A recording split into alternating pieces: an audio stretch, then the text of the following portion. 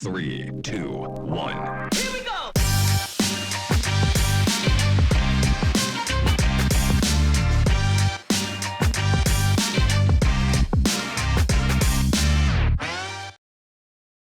Hello there, welcome to another exciting episode of We Talk, your go-to source for the latest news and events happening in and around Windhoek. I am Aurelia Afrikaner, very much thrilled to be with you guys today. But as you know, we have a lot of things lined up for you today. But we will start with Talk of the Town so that you guys can be informed about what's happening in and around Windhoek. So do stay tuned.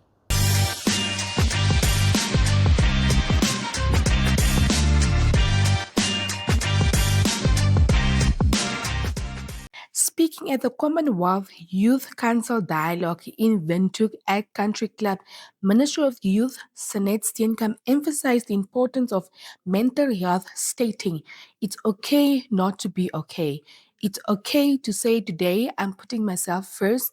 She also said the cabinet recently approved a 257 million national youth fund to support youth-owned informal and micro enterprises. The Republic of Namibia and the Ministry of Education, Innovation, Youth Sports, Arts and Culture to welcome you all very warmly to this very historic occasion, which is the official opening of the first Commonwealth Youth Council Consultative Dialogue right here in Windhoek, the heart of Namibia.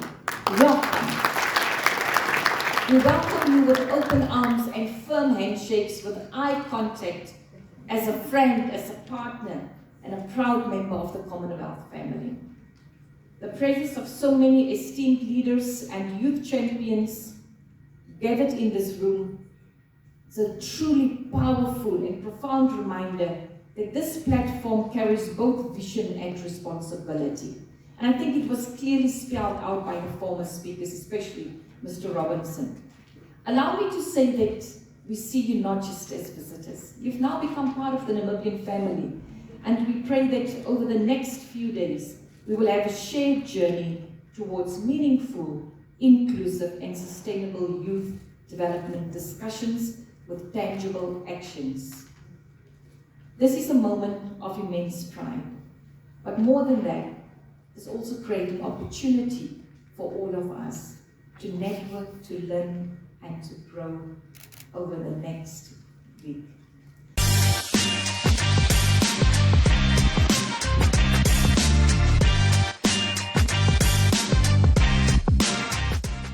Speaking at the second Chancellor's annual charity gala dinner, former President and UNAM Chancellor Nangolo Bumba said a question that lingers in many minds is how he is doing in retirement and assuring the audience that he is doing well. He urged partners to go beyond financial support and help build a university where every ability is valued and every student is given a fair shot at success.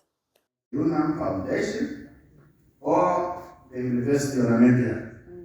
I quarreled with them. I said, this is a function of the UNAM Foundation. They said, you are only a patron of the UNAM Foundation because you are the chancellor of the university. I don't care which comes first, as long as you are going to contribute money.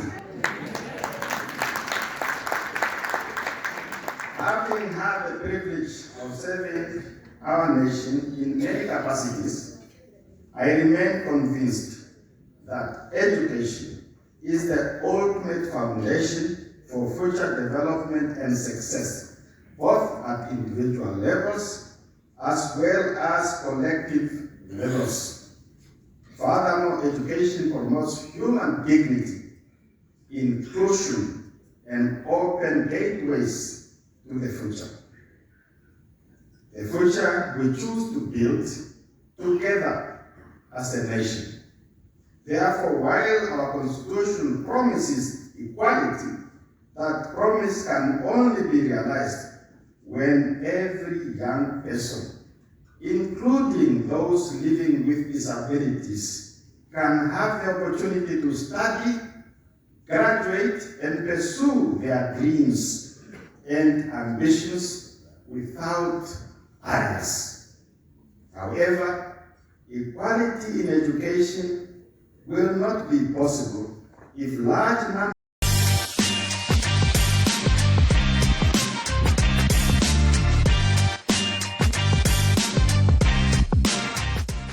Addressing pressing issues such as unemployment, mental health struggles, and the worsening climate crisis, Joshua Opey, chairperson of the Commonwealth Council, spoke at the dialogue in Windhoek.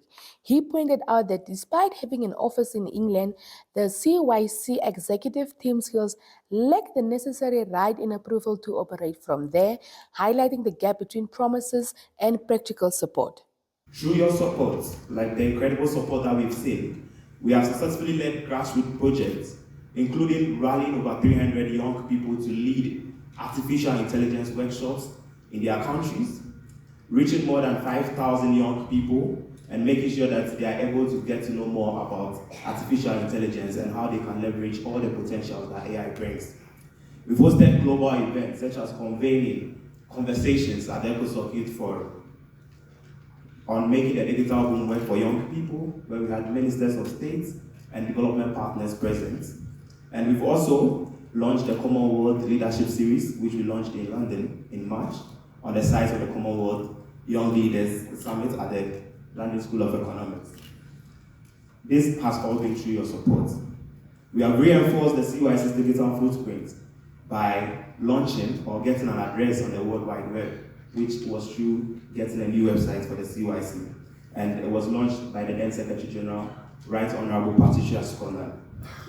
While we have enjoyed reasonably successful tenure, marked by numerous incredible achievements, several challenges persist. The lack of institutional support for the CYC's work significantly hinders our operations.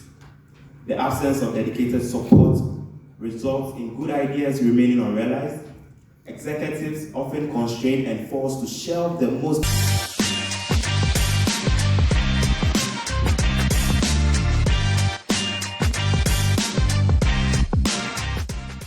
Deputy Prime Minister and Minister of Industrial Mines and Energy Natankwe Itete opens the 2025 Annual Mining Expo at the Windhoek Showgrounds Thursday morning. The expo and conference hosted by the Chamber of Mines of Namibia is bigger and better than ever and presented over 3 days this year, extended from 2 days for the first time since its first expo 12 years ago. It is good to see you all at this prestigious event, my first mining expo in my capacity as the Minister of Industries, Mines and Energy. Let me start by congratulating the Chamber of Mines for organizing this mining expo and conference for the 12th year. This platform has grown to become one of the most important industry events in our country, offering a space for engagement, networking, and for reflections on the trajectory of one of our most critical sectors. The theme of this year's expo, Mining for Namibia Future, Job Creation, Local Empowerment, and Economic Transformation. This is appropriate of timely for Namibians we want to see. Namibian minerals are a national asset. They are our hope for social progression and improved livelihood. It is therefore our collective responsibility to ensure that the exploitations of those resources result in tangible benefits for all Namibians.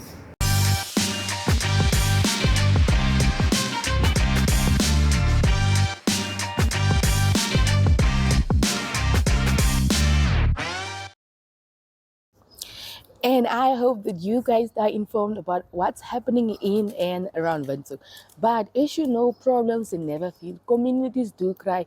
En dan moet jy weet, dis net nie van heel nie, ons almal soek verbetering in ons gemeenskap. So we will have a look at what Paulus Shimooshili, a community leader in Fairbairn, had to say. Yes, we all have been crying for better facility, for better community, for water access, for housing access, but still their cries are not heard. So let's have a look.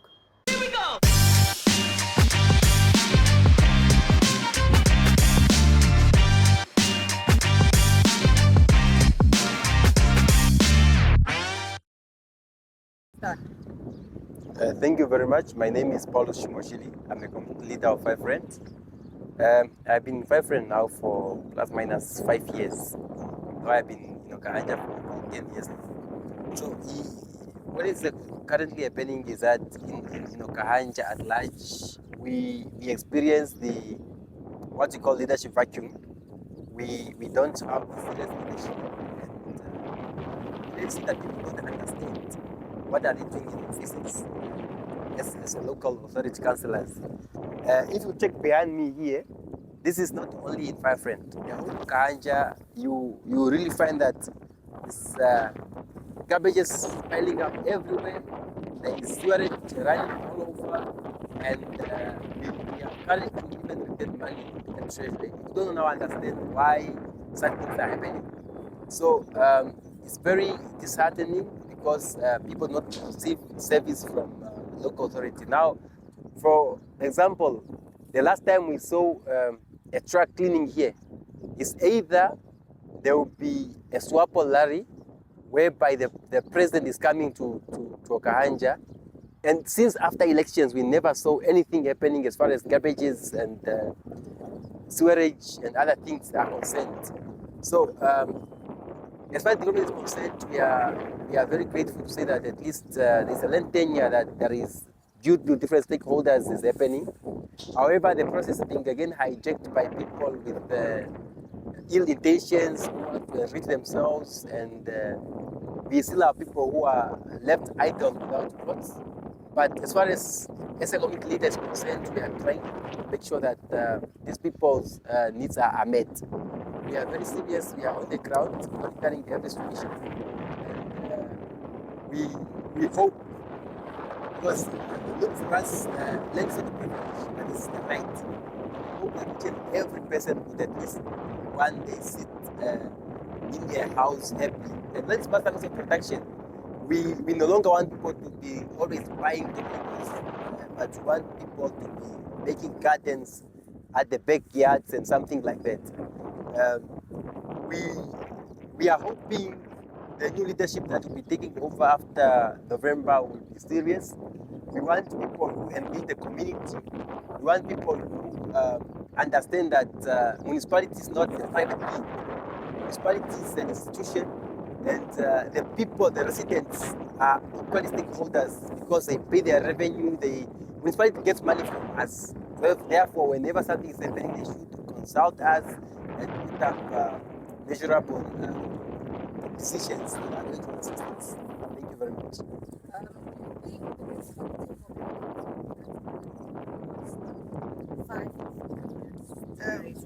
Well, when you talk about transparency,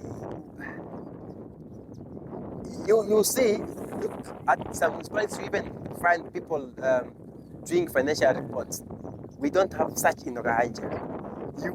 You find, for example, if you check far there is that, apparently it's the taxi rank, but you find that these people are put up, and you don't know how these people were appointed as contractors. Because even if let me say the section that says that if the procurement or the money does not go beyond a certain amount, still there should be about 2 or 3 people to be called, and we look at those things. In previous days, there were 2 companies, one from Commerce, one from Shana, that were given cleaning tenders.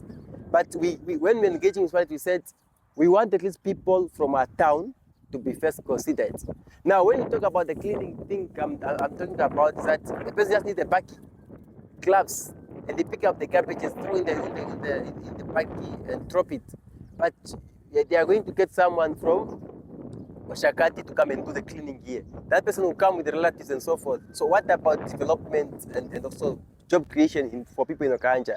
As far as transparency is concerned, being honest, there is no really transparency here. They feel like they are doing their own things the same way they want to do their things.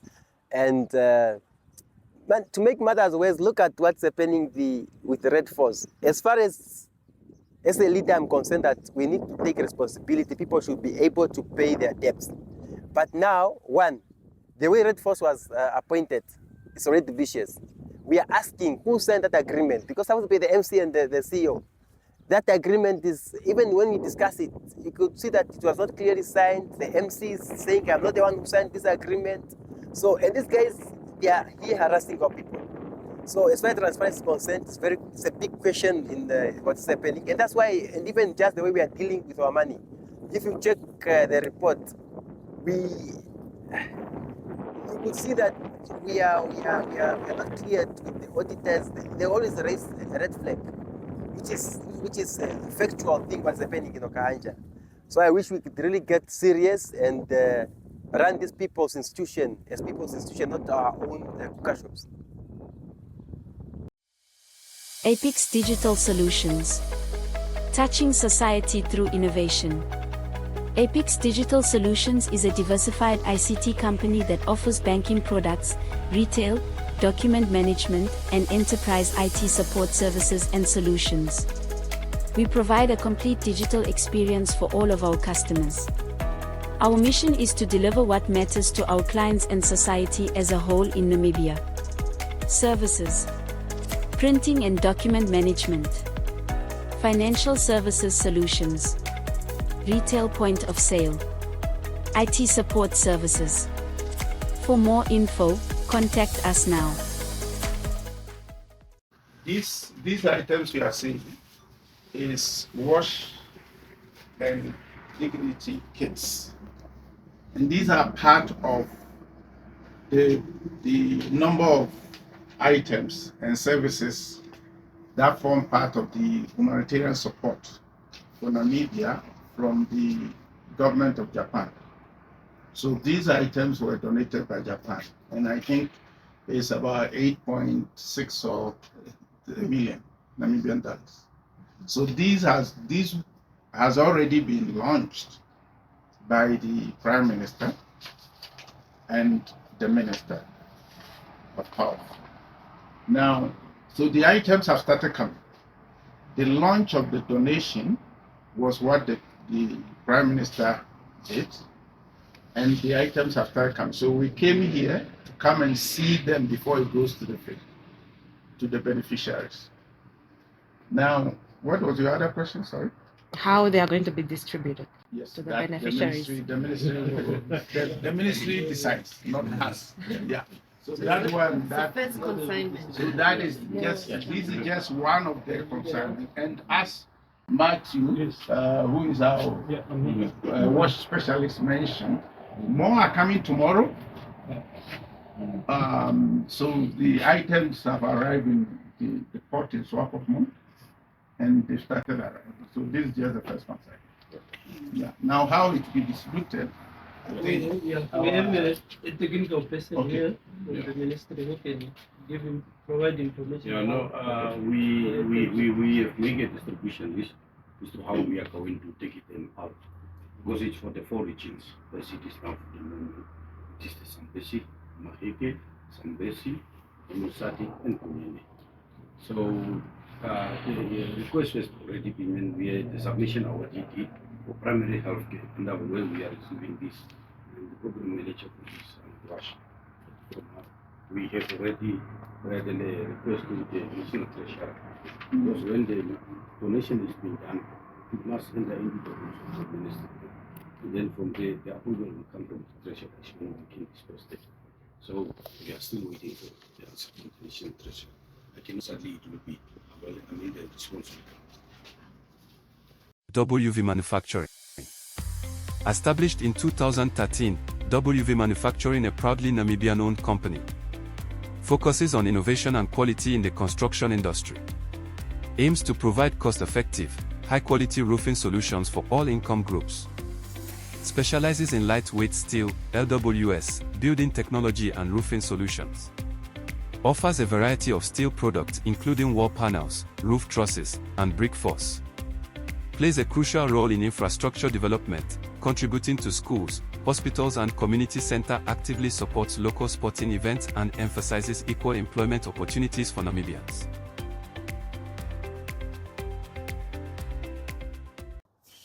And you heard it from Paulus Shimooshili. You know, every time we go into the communities, people always want to say their problems because the people that are supposed to be there for them actually don't. They do listen, but you know, community members get frustrated, and at the end of the day, they say that development is not done. But enough with the cries of the community. For now, we will have a go to a very beautiful guest house right here in Wundu. I don't want to say much because I want you guys to be very eager to know the place, because every time I tell you the place and then it's like, we've been there. But for today, we will do it differently. I will not tell you guys where we are going so that you guys can be glued to the screen. So do stay tuned as we go to the beautiful guest house right here in Windhoek.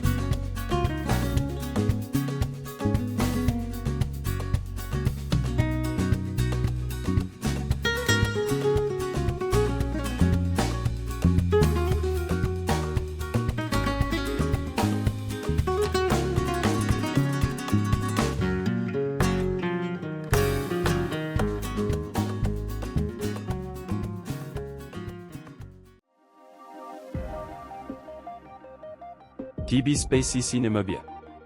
DB Space operates on a two-tier, walk-in customer 5%, end-user, registered business partners, dealers, installers 95%. Through our affiliations with major South African and foreign distributors, i.e., Linkage, Molex, Brady, Element Titan, Major Tech, First Tech, Winert, Silcom, TP-Link, we can offer a wide range of products to meet a wide spectrum of the Namibian market.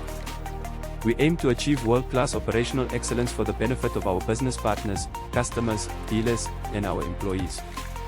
For more info, contact us below.